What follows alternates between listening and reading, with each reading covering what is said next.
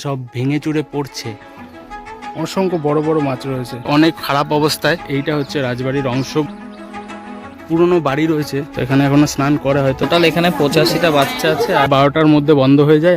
Hello guys, চলে এসেছি আমরা একটা নতুন ভিডিও নিয়ে। আর আজকের ভিডিও রয়েছে সোনারন্দি রাজবাড়ি নিয়ে। তো চলো এই ভিডিওটা প্রথম থেকে শুরু করা যাক। তো আমরা যেভাবে গিয়েছিলাম সেটা হলো নবদ্বীপ থেকে কাটোয়া, তারপর সেখান থেকে গঙ্গাটিকুড়ি, তারপর টোটো পথে সোনারন্দি।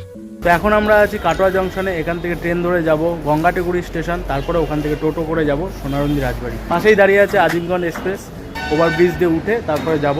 তো চলো, এটা ছাড়বে 12টার সময়। অনেক আগেই পৌঁছে গেছি, যেহেতু আমরা উঠেছি বিষ্ণুপ্রিয়া স্টেশন থেকে, তার জন্য আমাদের একদম ডাইরেক্ট টিকিট হয়নি। তাই জন্য আমরা কাটোয়ার টিকিট কেটেছি এবং কাটোয়ার থেকে আমরা এবার গঙ্গাটিকুড়ি স্টেশনের টিকিট কাটতে হবে।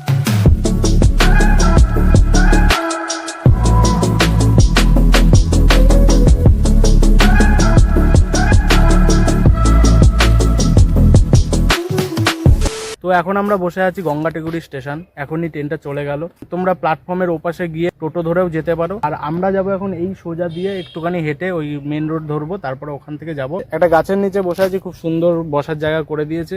যা গরম পড়েছে, মানে খুবই রোদ। আমরা হাঁটতে হাঁটতে চলে এলাম এই রাস্তাতে, আর এই রাস্তা দিয়ে এই টোটো হয়তো যাবে।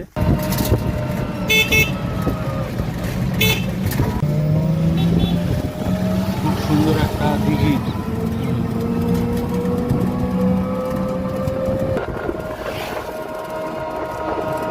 হচ্ছে রাজবাড়ির ঘাট ছিল, তো এগুলো একদম ধ্বংসাস্তূপ। কত মোটা মোটা পাঁচিল। যখন এই দৃশ্যগুলি দেখতে দেখতে আমরা অতীতের দিকে চলে যাচ্ছিলাম, ঠিক তখনই দেখি না, আমরা বর্তমানেই আছি।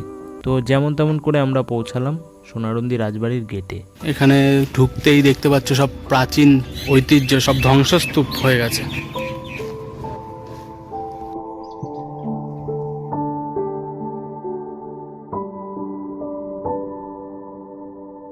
পুরনো ইতিহাস আবার নতুন করে একটু জাগিয়ে তুলতে চেষ্টা করছি। পরে দেখা যাচ্ছে সব ভেঙে চুরে পড়ছে। একমাত্র প্রাচীন জিনিস বলেই এখনো রয়ে গেছে কয়েকশো বছর ধরে।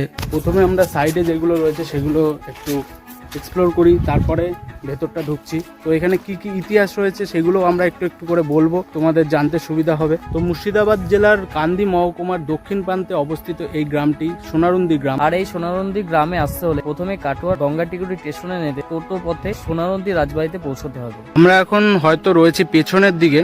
তো এই পেছন দিকে যে রাস্তাটা রয়েছে, এই রাস্তাটা চলে গেছে এই ধার ধরে, আর পাঁচিল দেওয়া রয়েছে। এর ভেতরে রাজবাড়ির জায়গা রয়েছে।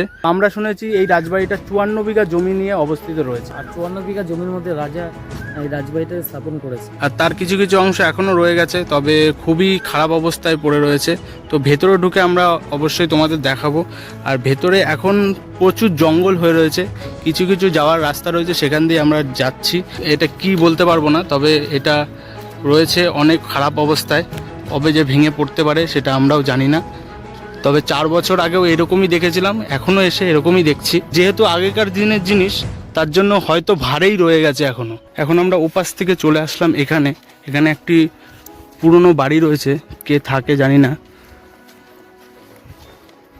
এই সোনারন্দি রাজবাড়ির প্রতিষ্ঠাতা হলো নিত্যানন্দ দালাল। তো নিত্যানন্দ দালালের জন্ম হয়েছিল 1750 খ্রিস্টাব্দে। পড়াশোনায় খুব মেধাবী থাকার জন্য অল্প বয়সে গৃহত্যাগ করে বৃন্দাবনে চলে যায় এবং তারপর দিল্লির বাদশাহের কাছে কাজ জোগাড় করেন এবং সেখানেই কাজ করতে থাকেন। এখানে যে পুকুরটা দেখতে পাচ্ছ, এটা একদমই খারাপ অবস্থা, পুরো ঘোলা জল হয়ে গেছে। এখানে এখনো স্নান করে হয়তো লোকে। আমরা এই ভেতর দিয়ে ঢুকবো। ভেতরে যে রাজবাড়িটা রয়েছে, ভেতরে ঢুকে একটুখানি দেখা যাক, চলো।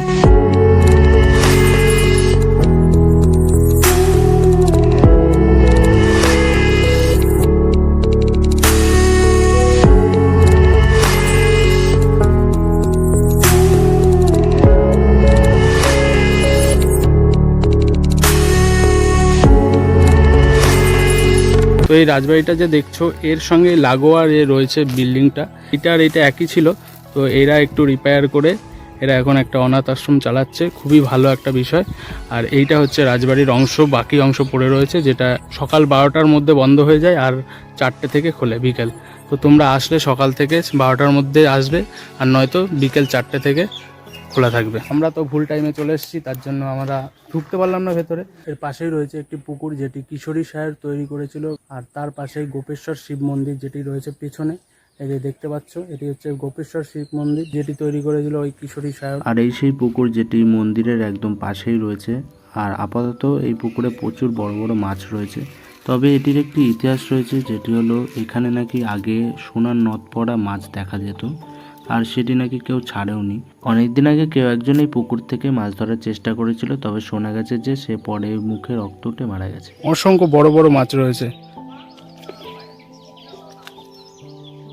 উপরে ছোটগুলো আছে, মাঝে মাঝে বড়গুলো আসছে। ওই যে অনেক বড়, ওই যে নিচে বড়।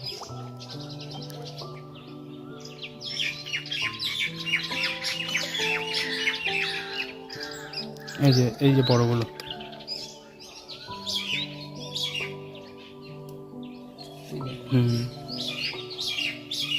প্রচুর বড় মাছ। চলো এবার এখান থেকে যাওয়া যাক, কিন্তু ভেতরে আমরা এখনো ঢুকতে পারলাম না। পরে একদিন আসবো যখন, তখন এসে ঢুকবো। দেখো, সবাই তো এসে এখানে শুধু ঘুরে দেখায় কিংবা ইতিহাসটা বলে, কিন্তু এখানে একটা এমন সুন্দর জিনিস রয়েছে, যেটা হলো পেছনে যে দেখতে পাচ্ছ, এটা হচ্ছে সানন্দা ধাম অনাথ আশ্রম। এখানে প্রায় 85টার মতো বাচ্চা রয়েছে। অমল কুমার ঘোষ এখানের ইনচার্জ। তো এখানে উনি হচ্ছে সব কিছু চালায়, কিন্তু সেরকমভাবে সরকারের কাছ থেকে বলো, যেখান থেকে কোনো মানে অনুদান পায় না। তবে তোমরা পারো এদেরকে সাহায্য করতে, তোমরা যদি চাও তাহলে তোমরা এখানে এসেও করতে পারো, কিংবা ফোন নাম্বার দিয়ে দেবো নিচে, সেখানেও করতে পারো। আর ওনার সঙ্গে তো পরিচয় করিয়ে দেবো। চলো ভেতরে ঢুকে দেখা যাক। তো এইগুলো সেই ঘর, বাচ্চাদের ঘর। ওই ছবিগুলো এঁকেছে, ভালো এঁকেছে। হ্যাঁ, আমরা আসবো, মাঝে মাঝে আসবো এসে।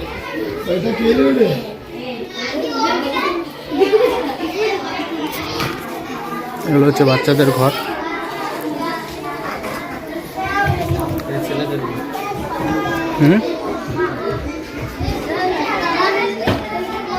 এই সেই ব্যক্তি, এনার নাম হচ্ছে অমল কুমার ঘোষ। তো আপনারা যদি চান কিছু অনুদান করতে, আপনারা এসেও করতে পারেন, কিংবা ওনার ফোন নাম্বার আছে, ফোন নাম্বার আমরা নিচে দিয়ে দেবো। তো আপনারা ওখানে অনুদান করতে পারেন, আপনাদের সাধ্য মতো দিয়ে দেবো। তো এখানে নাম্বার রয়েছে, আমরা তবুও নাম্বারটা নিচে দিয়ে দেবো স্ক্রিনে। যে যেমন সামর্থ্য হয় সেরকম করতে পারো, তাহলে এনাদের অনেক ভালো হয় আর কি। টোটাল এখানে 85টা বাচ্চা আছে, আর এখানে সম্পূর্ণ দায়িত্ব এখন এই জেঠু আছে। আমি এই সানন্দা অনাথ আশ্রম সোনারন্দী রাজবাড়ি এর সম্পাদক। এটা গত 2016 সাল থেকে চলছে। বর্তমানে এখানে 50টা ছেলে এবং 35টা মেয়ে রয়েছে। এটা বিভিন্ন মানুষের সাহায্যের উপর চলে, সরকারিভাবে কোনো সাহায্য পাওয়া যায়নি। আমরা সমাজ কল্যাণ দপ্তরের মন্ত্রী শশী ভাজার কাছে পর্যন্ত আমরা এর প্রতিবেদন পাঠিয়েছি এবং আবেদন লিখেছি। আমাদের ডিএম সাহেব এসেছেন, এখন পর্যন্ত কোনো সুরাহা হয়নি, সরকারিভাবে কিছু পায়নি। তাই সকল সহৃদয় মানুষের কাছে আবেদন, তাদের সাধ্যমতো সকলের সাহায্যের হাত বাড়িয়ে দিলে এই বাচ্চারা ঠিকঠাক মতো খেতে পায়, তার জন্য আমি প্রার্থনা রাখছি। এখন আমরা এই রাজবাড়ির সাইড দিকে যেতে চলেছি। এই সাইড দিয়ে প্রচুর এখনো রয়েছে, মানে ধ্বংসাবশেষ, পুরো জঙ্গল হয়ে রয়েছে। আগের বারে যেতে পেরেছিলাম, কিন্তু এবারে যেতে পারবো না ভেতরে। তো বাইরে থেকে যতটা দেখা যাচ্ছে তোমাদের দেখাচ্ছি। তো আরেকটু সাইডে আসলে দেখা যাচ্ছে এখানেও সেই রকমই অবস্থা।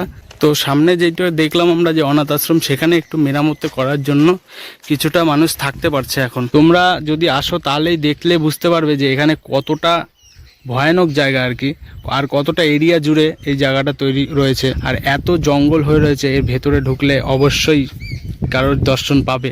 তোমরা জানো, বুঝতেই পারছো। বিশেষ করে কেন বেশি রিস্ক না নিয়ে আমরা এখান থেকেই সাইড থেকে দেখানোর চেষ্টা করছি। এত সুন্দর একটা জিনিস, এত সুন্দর একটা ইতিহাস, এটা সরকারের উচিত যে এটাকে খেয়াল রাখা, ভালো করে রক্ষণাবেক্ষণ করা।